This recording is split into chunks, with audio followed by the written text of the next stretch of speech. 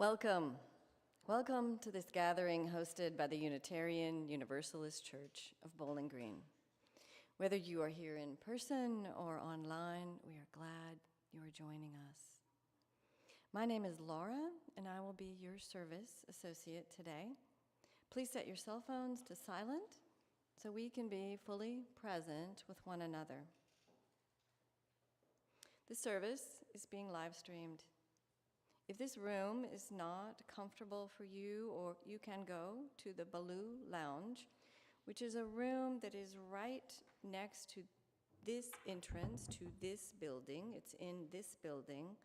Or you can walk across the way to the fellowship hall, and there's a large screen TV there, and you can watch the service there. We are a welcoming congregation. Whoever you are, however you identify, wherever you come from, and whoever you love, you are welcome here. Our Sunday services are different each week so that we can honor and learn from our wide array of traditions and beliefs. Today, our message comes from Reverend Yulan Stoneberg, and it comes to us through our partnership with Soul Matters Spiritual Development Programming. The message itself will be read by Jared. For Unitarian Universalists, the flaming chalice is a symbol of the light of learning and the love of our community. Before we light the chalice, I want to mention a couple of our Unitarian Universalist ancestors. Our history goes way, way back. And so, as you meditate this morning, I want you to think about some of those who went before us, and one of those is Michael Servetus. Michael Servetus stood up for his beliefs 472 years ago, and he wrote a treatise on, it was called On the Errors of the Trinity. So he rejected the calls for him to declare that the Trinity absolutely exists. And for that, 472 years ago, tomorrow, October 27th, he was burned at the stake in Geneva, Switzerland. Another important anniversary comes up for us here at the end of October. It is called the UU, the Unitarian Universalist Merger Vote. And so in 1959, on October 31st, Unitarians, those who deny the Trinity and believe that we leave space for one God or one ultimate reality, and the Universalists who believe in the possibility of universal salvation, we are all saved. They merged and consolidated into the Unitarian Universalists. So, as our congregation's chalice is lit, we invite you to light your own chalice at home. Our chalice will be lit by Amy, and our reading will be read by Tim.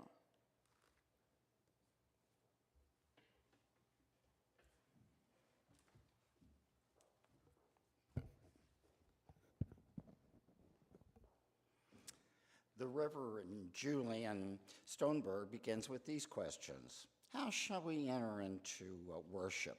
Who or what shall we call upon to visit us in these moments? Shall we use the power of poetic words to calm and direct our attention? Shall we call out to God to be with us? What do we need to hear? How about these words of the Reverend Kathy Huff?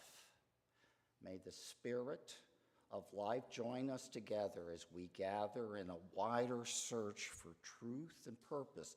In this quest, we may greet one another with open hearts and minds. May we inspire each other to consider new questions and seek deeper meanings. And may we cultivate wisdom and compassion.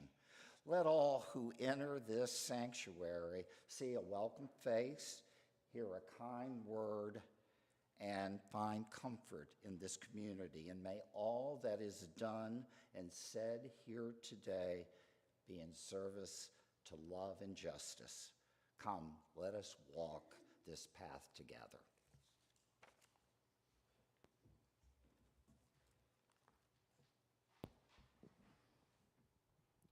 Please.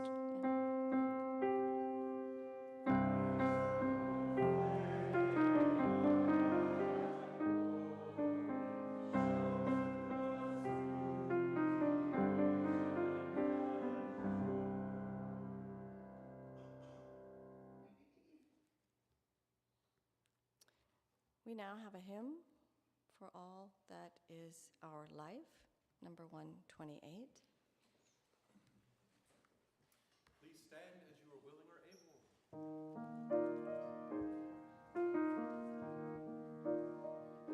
And it comes up quick.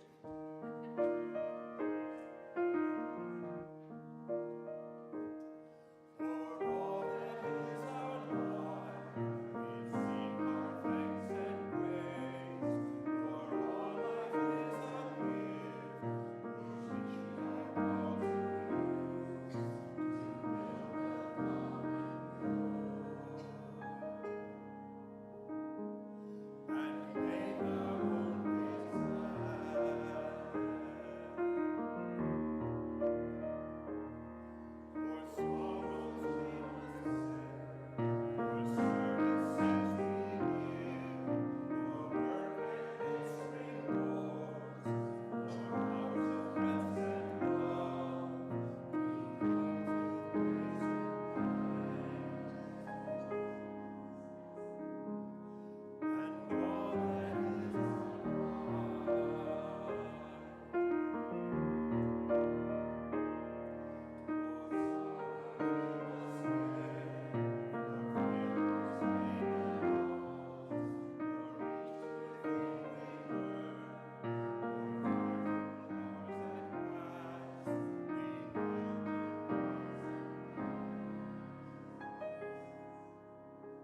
is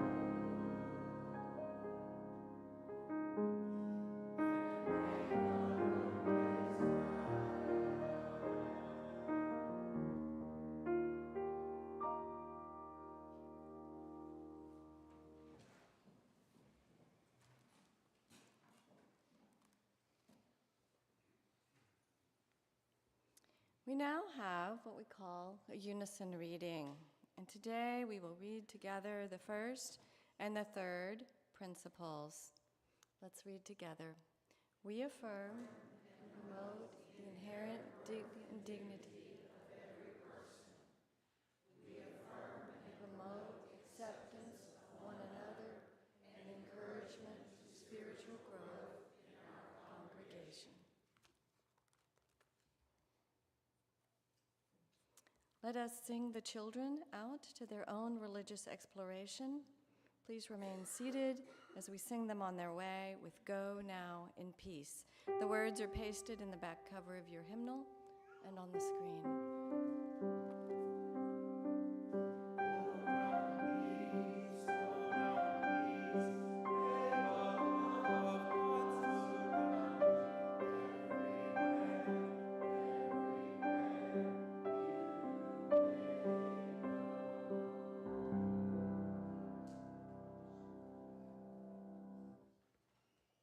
We will now have a few moments for meditation, reflection, and prayer.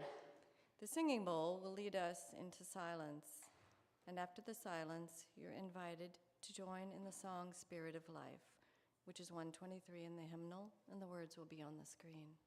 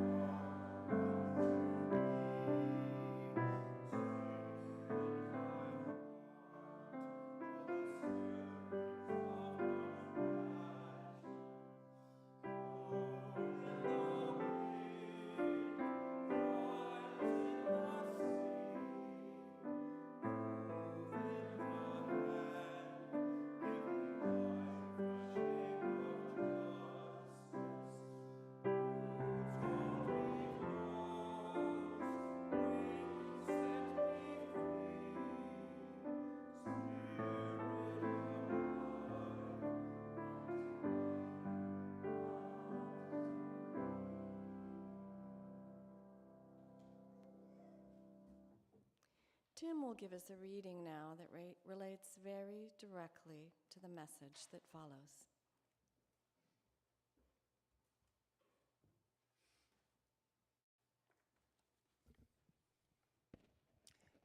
Karen Armstrong, the author of 12 Steps to a Compassionate Life, was the Ware lecturer at the Unitarian Universalist Association's General Assembly. In that lecture, she offered up an old story of compassion, and I want to share that with you this morning. The story is from Homer's Iliad from the 8th century BCE. As you may remember, the Iliad tells of one small incident in a long war between the Greeks and the Trojans. Achilles, the chief warrior among the Greeks, has a quarrel with Agamemnon, his king, and in a fit of egotistic pique, Achilles withdraws his troops from the war and goes off to sulk in his tent. This move is utterly disastrous for the Greeks. What ensues is that Achilles' beloved friend is killed by Hector, one of the Trojan princes. Well, Achilles goes mad with grief and sorrow and rage. While he's usually a tender-hearted man, he completely loses his humanity to the extent that even the gods are appalled with what is going on. Achilles challenges Hector to a duel, which is played out in an arena with Hector's family, and the two armies are watching. Achilles kills Hector and proceeds to mutilate his body by dragging it in behind his war chariot round and round in front of Hector's family. Even worse, Achilles refuses to give Hector's body to his family. In that ethos, that meant that Hector's spirit would never know rest for all of eternity. One night, Hector's father, a very old man, comes into the Greek camp in disguise. He approaches Achilles' tent, takes off his disguise, and throws himself at Achilles' feet. He is in tears, begging for Hector's body. Achilles looks at the old man, and he thinks of his own father, and then he begins to weep, now for his father, now for Hector's father. Achilles goes for Hector's body and carries it to the old man and lays it gently in his arms. The two men look at each other, and in that moment, each recognizes the other as divine. This, says Karen Armstrong, is the soul of compassion.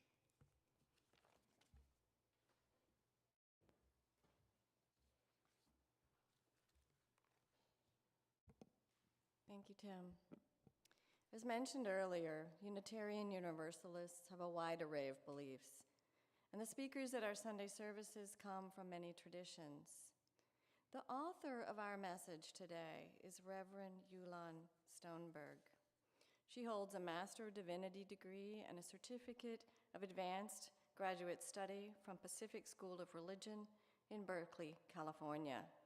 In her long career, she has served congregations in both the United States and in Canada. She is currently interim minister at the First Unitarian Society of Minneapolis. She has graciously granted permission for her sermon to be read here today, and we're very grateful for that. So our reader of that message this morning is Jared. So please welcome Jared.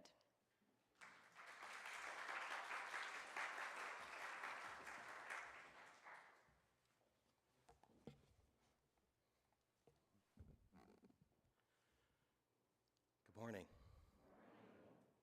And thank you again, Reverend Yulan, for sharing this message with us today. For the past couple of years, I have struggled a bit with Achilles tendinitis. It bothers me when I stand and begin to walk, although the pain lessens as I go. We speak of our vulnerable spots, our dangerous weaknesses, as our Achilles heel, that place where we can be touched or wounded. So I have sometimes pondered whether or not my Achilles tendon malady can be traced to some fatal flaw or some particular emotional shortcoming. The origin of Achilles' story goes like this. When Achilles was a baby, it was foretold he would die in battle from an arrow to the foot. So his mother took him to the river Styx, which was supposed to offer powers of invincibility. There she dipped his body into the water, but because she held Achilles by the feet to dunk him, his heel did not immerse in the magical water. Achilles did grow up to become a great warrior, but one day a poisonous arrow was lodged in his heel and it killed him. He had a fatal flaw. In her lecture to the UUA General Assembly, religious scholar and author Karen Armstrong spoke of what she might well call the fatal flaw of our time, the fact that we have become addicted to our prejudices and our dislikes, even addicted to hatred. And so it is quite intentional that her new book is called 12 Steps to a Compassionate Life. She sees this work, this path, as a similar step to that of a dependency program. I'm not a psychologist, but I understand that while many dependencies are biological, others are based in our inability to face our fears. And so sometimes, not always, we become dependent on something that we believe protects us, or at least allows us to numb our fears. This is a completely natural and understandable thing. We all make our personal pilgrimages to the river Styx, whatever that might be for us. So we steel ourselves against vulnerability and can protect ourselves from pain and peril. These protective layers are most effective when they are impermeable. We build and create protections such as interpersonal walls or indifferent attitudes or emotional barbed wire. Most of us are pretty well armed. But knowing you as the loving people that you all are, the place in the Iliad that likely most touches you is the moment when Achilles' defense is melted, the moment when he looks into the eyes of Hector's father and recognizes the divine in him. This, I choose to believe, is the moment in the story that inspires you. Our faith calls to us to work toward this experience in our own lives and to recreate this experience over and over again with those closest to us, with neighbors and enemies alike, with everyone we meet and everyone we never meet, with all beings. And this moment, when we see both ourselves and the divine in the other, is the moment when compassion is born. To speak about the huge topic of compassion in this short a time period on a Sunday morning is a daunting task. I found in the Iliad a focus. That is, we do not revel in harm as symbolized by dragging somebody's body around an arena, or do we want to be motivated by compassion as symbolized by the act of crying with an enemy who is also a grieving father? We have the potential for both, and we can choose. You may have heard the story of the two wolves. In one version, an old Cherokee chief is teaching his grandson about life. "A fight is going on inside me," he says to the boy. "It is a terrible fight, and between two wolves. One is evil. He is anger, envy, hatred, greed, arrogance, self-doubt, and ego. The other wolf is good. He is joy, peace, hope, generosity, truth, and compassion. That same fight is going on inside you and inside every other person too." The grandson thinks about this for a minute and then asks his grandfather, "Well, which wolf will win?" The old chief simply replies, "The one you feed." Compassion is a spiritual practice, a path, a way. And like all such practices, it requires conscious choices to feed that which we aspire to. So how might we do that? We begin by understanding what compassion is. Armstrong contends that compassion is central to all of the world's major religious traditions. And that's best exemplified in the Golden Rule. Stated in a variety of ways, basically it says that we should treat others in the same way that we would like to be treated. Or conversely, we won't treat others in the way we would not like to be treated. So it follows that being clear on how ourselves would like to be treated is the key to compassion. That's what I loved, in addition to the illustrations, about the storybook for today. Showering someone who is sad or cold or grumpy or hungry with things that would be the most helpful and comforting. I don't know about you, but what overwhelms me about becoming a compassionate person is the size of the task, the unattainable level of sainthood that I imagine living a compassionate life means. We are shown countless examples of heroically compassionate people who dedicate their lives to the unfortunate and the marginalized, who give until they seemingly can give no more, and then they offer us humble wisdom about how what they have done has benefited them more than it has benefited others. I mean no disrespect to such heroes. I'm thankful that they exist and do what they do. But it's really important that we see such examples create unreasonable standards. After all, when something is unattainable, we sometimes stop trying. The truth is that compassion can be central to any life, no matter where we live or what work we do, or how ordinary our circumstances are, or how unnoticed our acts of compassion may be. It only matters that we act compassionately, just where we are, in whatever ways we can. In fact, the word compassion is in our third principle, which calls us to practice justice, equity, and compassion in human relations. But what does that mean exactly?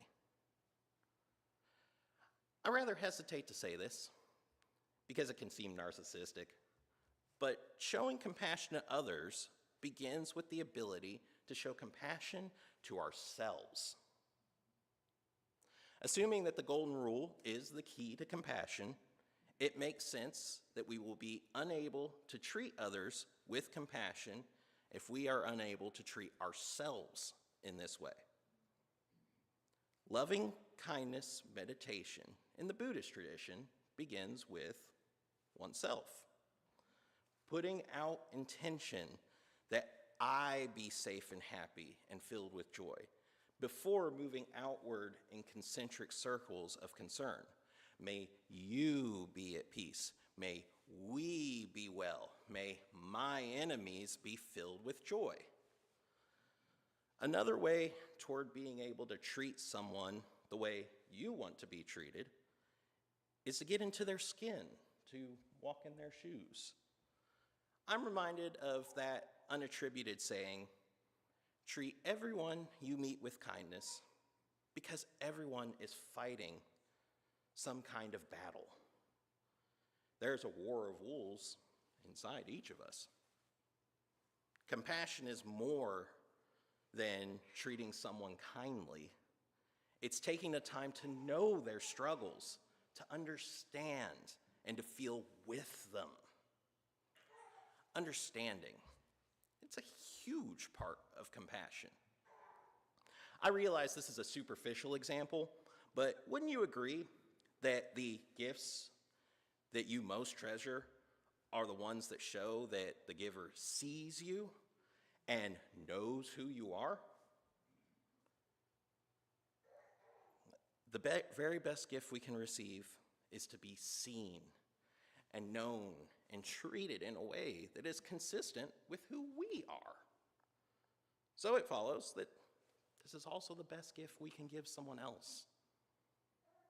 Compassion is also connected to living our first principle, the inherent worth and dignity of each person. It is active recognition of the divine in everyone that we encounter by showing respect and honoring their rights. I caution us, however, that this first and most basic of Unitarian Universalist principle can be a big stumbling block for us. We imagine that treating everyone with worth and dignity assumes that we won't disagree with their opinions and that we must tolerate their behavior, however poorly it is. Quite the contrary. Honoring another's worth must be an act of authenticity. Or, in fact, it is not compassion, but rather some kind of pandering that doesn't respect and validate others enough to be to be in a full and honest relationship with them. This can feel messy, but it is the central quality of our beloved community. That is, the ability to be our authentic selves in compassionate relationship with other authentic selves. The beloved community is not homogeneous. It is not of one mind, but rather it is diverse and as colorful as a pride parade. This being authentic with one another can also feel difficult because in the process of seeing ourselves and others for who we are, we come face to face with our imperfect humanity. We see that all of us are mixtures of strengths and weaknesses, struggle and blessing, good and evil. Achilles was both the person who flaunted a violent nature and the person who cried for his enemy. Facing this reality, our complicated nature, it helps us to suspend judgment of one another, which is critical because compassion can never exist in the context of judgment. The lack of judgment creates space for healing, and more healing leads to more compassion. We've often talked about the physical reality of being part of one another in an interconnected web of existence. This is why I chose the illustration I did for today's order of service. Compassion keeps you fluid. That is to say, compassion helps us to deepen our sensation of the very real symbiosis of energy and mutual effect and moving molecules in which we swim. We are inextricably connected, part of one another. And compassion reminds us of the fluidity of existence. And so, compassion is central to our seventh principle, the interconnected web of existence of which we are part. But so what? Really?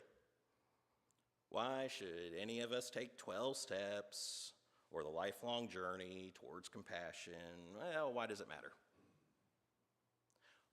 We have an unprecedented ability to live as if we are independent and self-sufficient. It is way too easy to harden our hearts because we fear vulnerability and the risk of pain. It's way too easy to avoid the call to compassion. But I return to Karen Armstrong's Where lecture, in which she named the reality that in today's world, we are more deeply interconnected than ever before. And at the same time, we are more dangerously polarized than ever before. And polarization mixed in with interconnection is a volatile combination. Our interconnection means that our actions, loving or hateful, helpful or harmful, have a greater and faster effect on one another. Now, this is good news for any compassionate action, but unfortunately, it's also good news for hate-mongering and prejudice. We must tip the balance towards compassion so that our actions have a healing effect on our relationship, our world, and on ourselves. Who will do this if we don't? Armstrong challenged Unitarian Universalists to be the ones who restore compassion to the center of moral life. I quote the Charter of Compassion. We urgently need to make compassion a clear, luminous, and dynamic force in our polarized world, rooted in principled determination to transcend selfishness. Compassion can break down political, dogmatic, ideological, and religious boundaries. It is the path to enlightenment and indispensable to the creation of a just economy and a peaceful global community. That is why we must practice compassion. May we be inspired to heal and not to harm, to help and not to hinder, to bless and not to curse. Yes, compassion requires us to transcend selfishness, but as the Dalai Lama has said, if you want others to be happy, practice compassion. If you want to be happy, practice compassion. I have decided that I'm going to use my Achilles tendonitis to remind myself of our vulnerabilities. I will see it as an opening in my armor and an opportunity to connect. When my foot hurts and I limp, I will remember that pain exists and that I choose to do what I'm able to bring more compassion into my life. My foot will still hurt, but I will be happier and my heart will be changed. May all beings be happy and safe, and may their hearts be filled with joy. May all beings live in security and peace, whether weak or strong, large or small, near or far away, visible or invisible, already born or yet to be born. May all dwell in peaceful tranquility. May you be happy. May you be well. May all the blessings of compassion be yours. Namaste. Amen.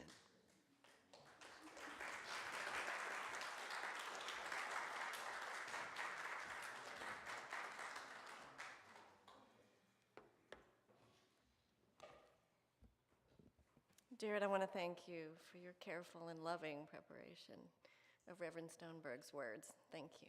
Thank you. Yes. Okay. So at this time, we issue an invitation to membership. And I will mention that there is a new member ceremony coming up very soon, November 9th. If you have questions about Unitarian Universalism or about joining this congregation, please speak with a member of our membership team. Their name tags have an open book symbol. You can also email membership@uucbg.org. Do we have members of the membership team here? If you'd raise your hand and hold it up for a second, people can look around and see you. Thank you. Okay. On second Sundays after the service, you can join in a Q&A session with our membership team in the library. And it looks like that will also fall on November 9th. So hope to see you there.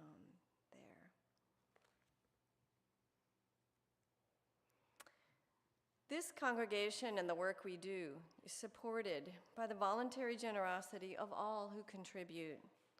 The offering is a sacrament of the free church. You may place your donation in the plate as it comes to you, or you may put it there on your way out, or use the QR codes on the screen, or donate by way of our website, or mail checks directly to our office. As we enjoy the music, the offering will be given and received in grateful appreciation of our shared hopes and values.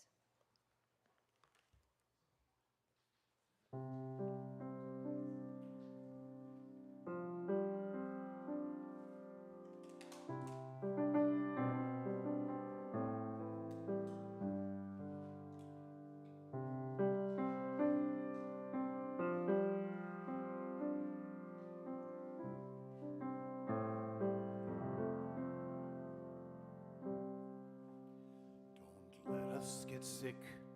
Don't let us get old. Don't let us get stupid, all right?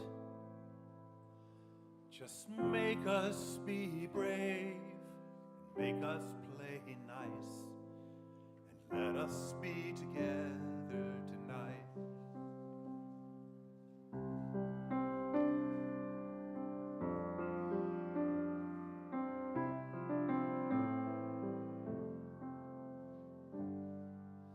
The sky was on fire when I walked to the mill to take up the slack in the line. I thought of my friends and the troubles they've had to keep me from thinking of mine. Don't let us get sick, don't let us get old, don't let us get stupid, all right? Just make us be brave and make us play nice and let us be together tonight.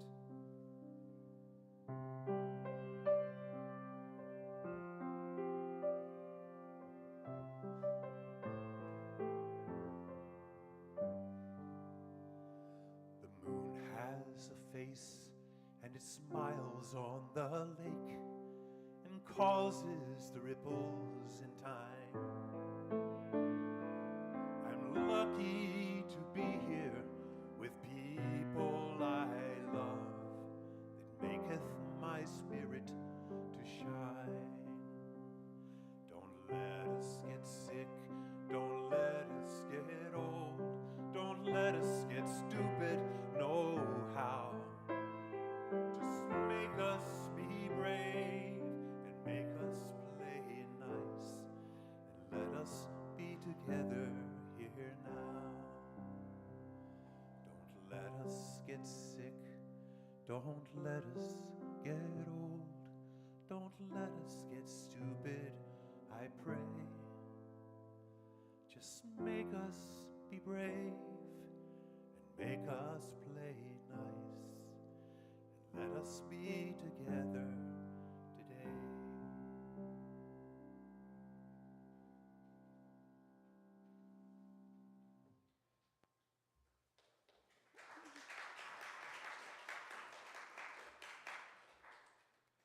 We thank you for these gifts. May we use them wisely in the service of our congregation and our community.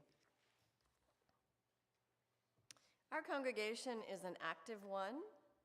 I'd like to tell you about some of the ways you can get involved and make friends and make a difference. So we have a few announcements.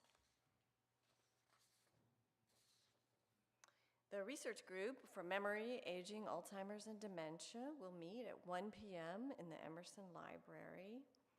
Everyone is welcome to attend, that is today.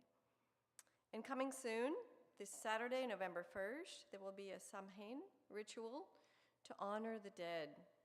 The event is sponsored by our Earth Circle group, which is an eclectic group for people interested in earth-based spirituality. Everyone is welcome.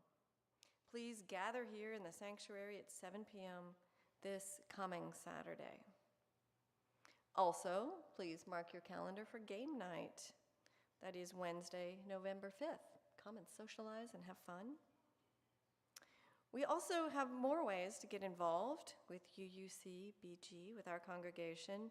The board is looking for volunteers to be part of our new security team. The team will develop policies and procedures to prepare and protect our church and our congregation from threats such as fire, flood, natural disasters, burglaries, and other dangers that churches face during these times. If you have experience in these areas or would like to learn more, please talk to Ken Kuhn. Is Ken here today? He's raising one hand in the back. Okay. Or email president@uucbg.org, president@uucbg.org, to contact our board president. Also, we welcome everyone, that is newcomers and long-timers alike, long-time members alike, to engage in a program called Starting Point. This is a 4-session shared journey that is made up of 3 fundamental and distinct UU spiritual practices: listening to one's deepest self, opening to life's gifts, and serving needs greater than our own. That will happen in December, and a registration form is in our lobby area today. You can sign up, and it will soon be available online. So hope you'll consider doing that with us in December. All right. More community news can be found by reading the weekly email updates. You can also pick up a hard copy of the monthly newsletter from the lobby or read it on the bulletin board.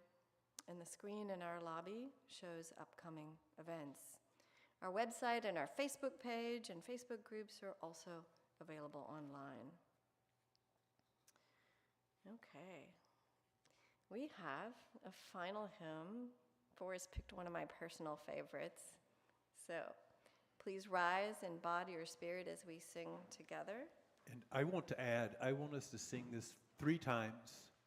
For any of those of you who have had children in the past, I want you to sing the first time through for the young child.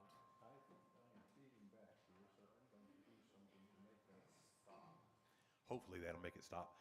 Anyway, I want you to sing it to that young child, and the second time, I would like for you to think of someone in the congregation who you know might be hurting and sing that to them. And the third time that we sing this, I would like for you to sing it to yourself.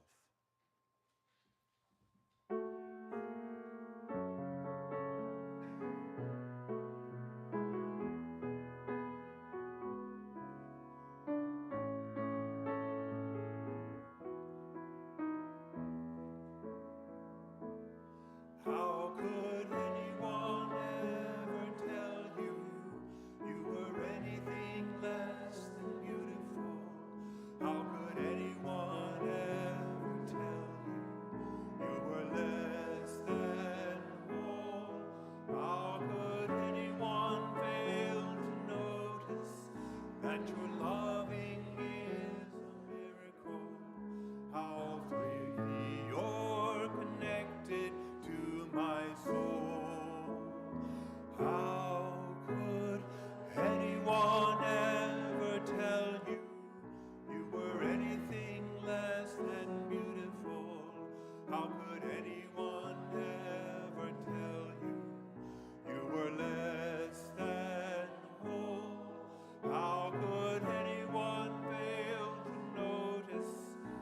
your loving is a miracle.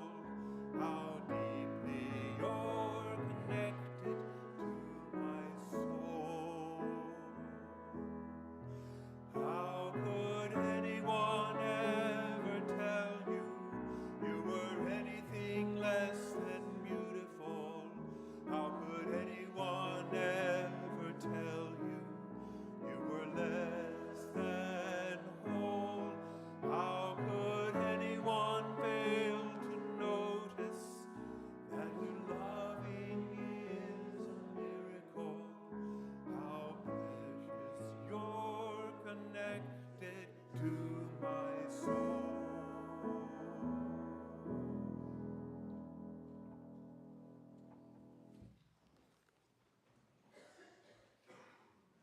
We hope you found this service meaningful, and we invite you to share your thoughts about today's service. You can send comments to sunday-services@uucbg.org. For those who are here in person, there's a blue box in the lobby where you can leave suggestions and comments, or you can use our online form. There's a link to it on our YouTube page, and the QR code is posted on the bulletin board and printed in the welcome brochure. We hope to get your feedback. We appreciate it. Next Sunday, our service is an All Souls Day special service. So please bring a photo or a memento of someone of a loved one to that service. At this point, we say farewell to those who are with us online. We invite you to join us again, either in person or online. Until then, be well and go in peace.